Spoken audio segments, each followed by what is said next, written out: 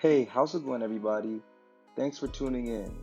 So, in today's episode of the SimpMe Current Event Series, we're going to explain how inflation really works. This video was brought to you and will be written by Joel Mitter, who's a SimpMe contributor. So, most people won't take the time to truly understand inflation for one simple reason. It seems pretty confusing. We know that inflation affects the prices of food, housing, and basic goods. But what actually causes inflation? Two basic questions that you'll be able to answer very soon are, how is inflation measured and what causes inflation? So first, how is inflation measured? In aggregate, people across the country spend money on a lot of the same goods and services. Food, medicine, transportation, and utilities, to name a few. One of the responsibilities of a government agency called the Bureau of Labor Statistics, BLS, is to track how an imaginary basket of these items change over time.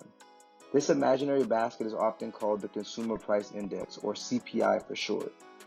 Every month, BLS employees call stores and businesses across the country and ask them very specific questions about their prices and whether they have changed over the prior month. After aggregating the changing prices of many thousands of individual items, the BLS releases a monthly report that explains how the CPI benchmark changed. Increases in the CPI are an indication of inflation, while decreases indicate deflation. The U.S. Treasury Department and Federal Reserve watch changes in the CPI number closely and do what they can, i.e. printing money, changing interest rates, etc., to make sure that prices in the United States remain stable. So what causes inflation? So we now know how inflation is measured, the BLS's CPI, and even understand that the U.S. Treasury and Federal Reserve have some tools in their back pocket to keep inflation under control. But what is causing inflation to occur in the first place? There are many forces that create inflation, and we will detail 4 simple examples in the context of buying a Thanksgiving turkey. 1. Demand for goods and services increases. When consumers compete when making a purchase, there is pressure to sell to consumers who will pay more. Higher demand means higher prices. If there are 2 turkeys available and 2 customers, both will go home with a fairly priced turkey. If suddenly a third customer shows up, they may compete with each other and raise the average price of each turkey. This is sometimes called demand pull inflation because more demand pulls inflation up.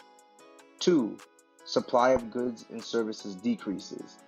Think through how the previous scenario would change if you suddenly had only 1 turkey for sale. Perhaps increases in the farmer's turkey feed became more expensive, and the farmer passes on the price increase to the grocery store. The supply of a turkey is affected by the cost of production, changes in technology, and government regulation. This type of inflation is called cost push inflation because higher costs push inflation higher. And 3, money supply increases. Imagine these same customers competing for the turkey have more money in their pocket because the federal government has been increasing the supply of money. The more cash they have in their pockets, the more they will be willing to pay for the same turkey. That is an inflationary pressure. Inflation represents a higher cost of living, but it is not all bad news.